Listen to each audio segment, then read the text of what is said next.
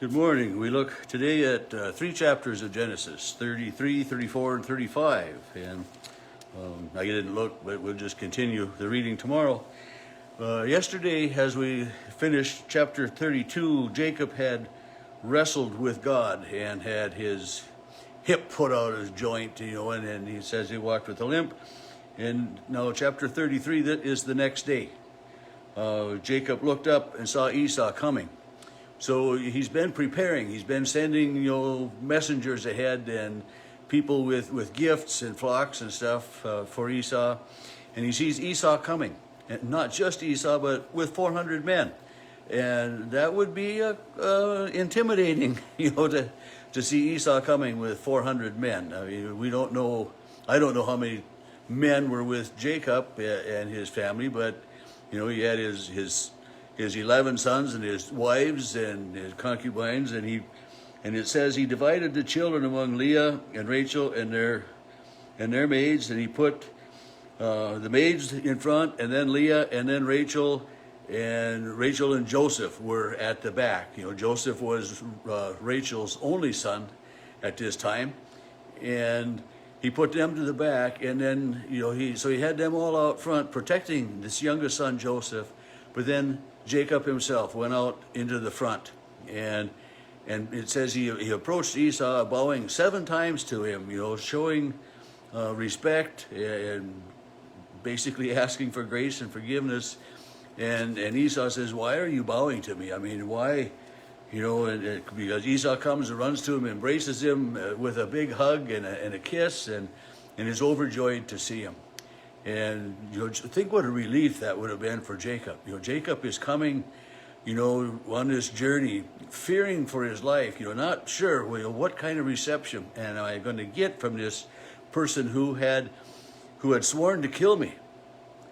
And he finds that he is welcomed. And Esau says, "Why are you sending all of these gifts and everything? I'm just overjoyed to see you."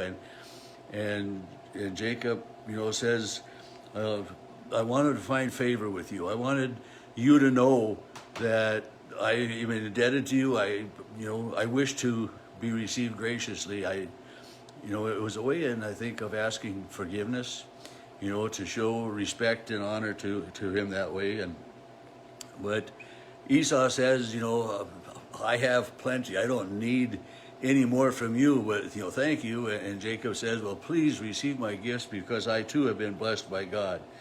And then Esau says, "Well, let's journey together." And, Esau and his 400 men would be able to travel much more swiftly than Jacob with the women and the children and the flocks. And so Jacob says, "Well, let me come at a slower pace so that I don't overtax the children and I won't overtax the flocks. I don't want to, drive my flocks so hard that they die." And, then they do that. But then, chapter 34, then the end of chapter 33, Jacob finds his way safely to where he wants to be, and he buys some land, he says, for 100 pieces of money, and he erected an altar to God then. Chapter 34, we have some distressing news again. 34 and 35 both are, or 34 is really the bad one, but one of Leah's daughters, Dinah, had gone out to visit some women of the region, and one of these men of the area saw her. And basically, some of your Bibles may say he raped her, but he physically took her by force. And it says his soul was drawn, and he loved the girl, and he spoke tenderly to her. So, he spoke to his father, saying, "I'd like this girl for my wife." And so then the father, Shechem, goes to Jacob, and Hamor goes. Shechem is the one who had done the rape, but Jacob found out that Dinah had been raped that way and treated that way, and just it didn't sit well with him, as I can totally understand. But Jacob's sons, it says, were out in the field, so he kind of held his peace until his sons came back, And he told his sons, and they all became very angered as well at what happened to their sister. But in the conversation, I mean, the conversation starts out, you think that, Jacob is being honest and upfront. And he says, I can't have my daughter marrying an uncircumcised person, which, was one of God's requirements of the Israelites, of the Jews. I shouldn't say Israelites yet because they're not called that, but of the Jews, of his people, the Hebrews. And so he says that, so that this whole group of men, are all circumcised. And, for a baby, it's traumatic enough for a baby, but for a grown man, it's a much more rigorous thing to happen. And then it says 3 days later, when all of the men were sore and weak and still in healing process, the sons of Jacob snuck up on them, and basically they slaughtered all of the men. It's one of these terrible scenes in the Bible that it really breaks my heart to think about that, it breaks my heart to think that Dinah was raped, but it also breaks my heart to think that Jacob's family, went and they just basically killed all of these, the whole people, rather than, didn't take out the vengeance just on one person that did the act, but a horrible thing happened. And it says they took their flocks and their herds and their donkeys. I mean, they plundered it. They took everything. And it's just one of those heartbreaking things that I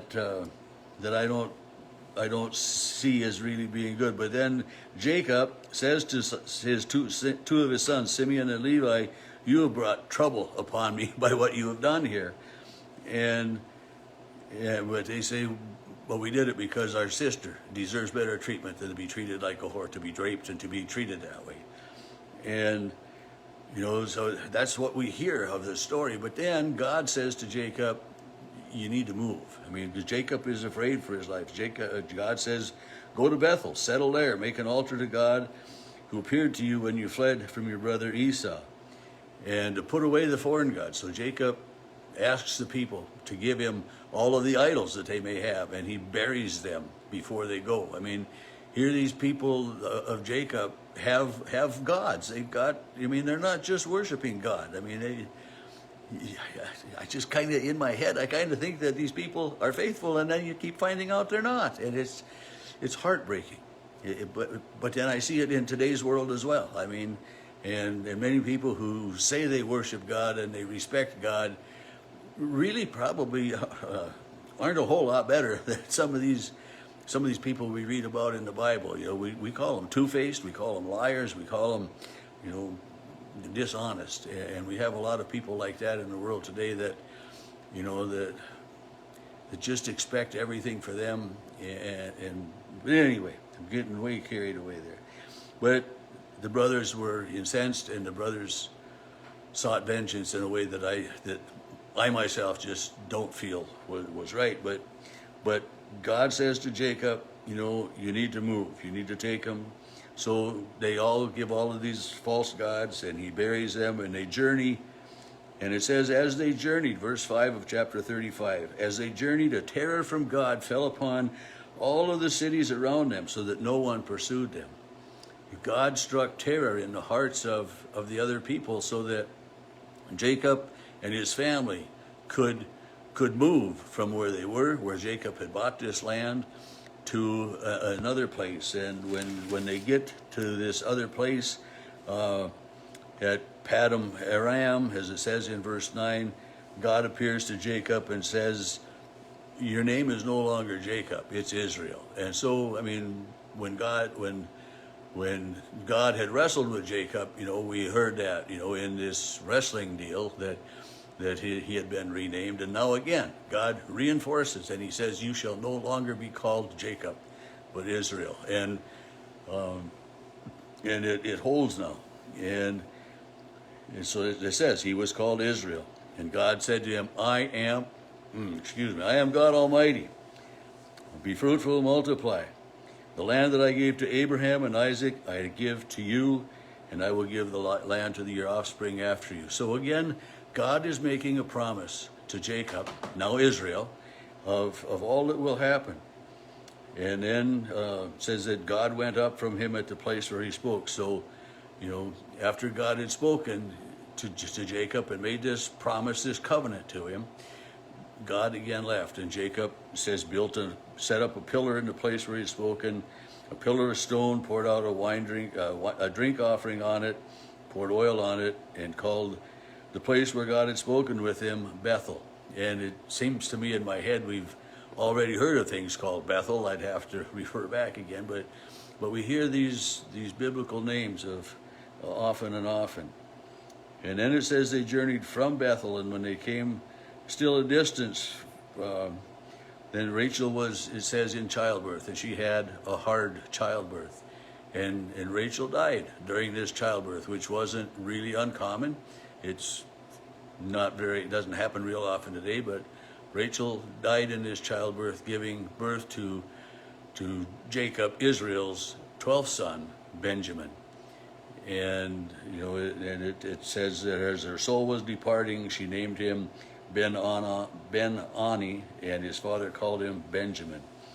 And so it says that Rachel was buried as they were traveling on their way to Ephrath. And that, here's Ephrath. Blessed are you, O Ephrath, O Bethlehem. So they're on their journey to Bethlehem. And Jacob again set up a pillar for Rachel's grave. And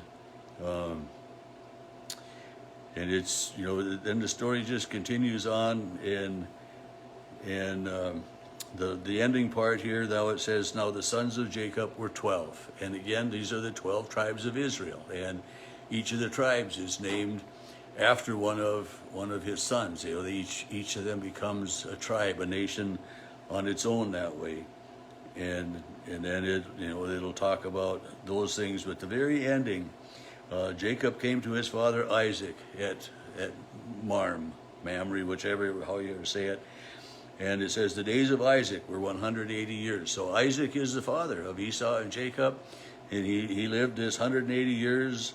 And as he breathed his last, it says then that he was buried by his sons Esau and Jacob. And remember way back, it was Esau's pledge that when his father died, he would kill Jacob. But that rift has been healed. And so that it says the sons, Esau and Jacob, buried him. And again, we've heard stories just, that just sound atrocious. The rape of Dinah, the murdering of all of those people. Yet we hear the grace of God coming in and through so much, and God's blessing, and God's continuing to lead his people Israel and to watch out over them, just as he watches out for us each and every day.